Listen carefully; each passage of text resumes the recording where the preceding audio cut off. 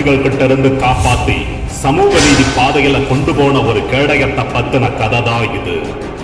பேரறிஞர் அண்ணா, முத்தமிழ் அறிஞர் கலைஞர் மாதிரியான தம்பிகளின் துணையோடு 1949 உருவாக்கினதுதான் இந்த கேடயம்.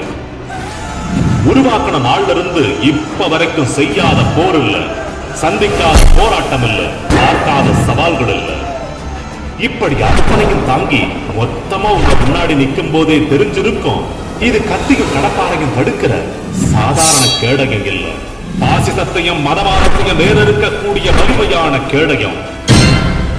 இப்ப இந்த கேடயம் யார்கிட்ட இருக்குன்னா, இரு மாபெரும் ஆளுமைகளின் வழிவந்த போர் குணமும் போராட்ட குணமும் நிறைஞ்சிருக்கிற முத்துவேல் கருணாநிதி ஸ்டாலின் தார்மீக தலைவன் கிட்டதா இருக்கு.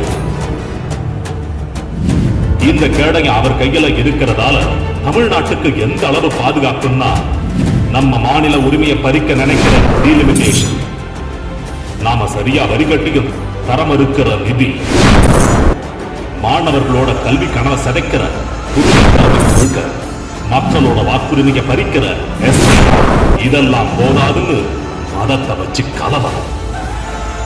இப்படி இந்த மொத்த தடைகளையும் தகர்த்து ஒத்த ஆளா தமிழ்நாட்டை இப்ப வரைக்கும் தாங்கி பிடிச்சிட்டு இருக்காரு, இனிமேலும் இருப்பாரு.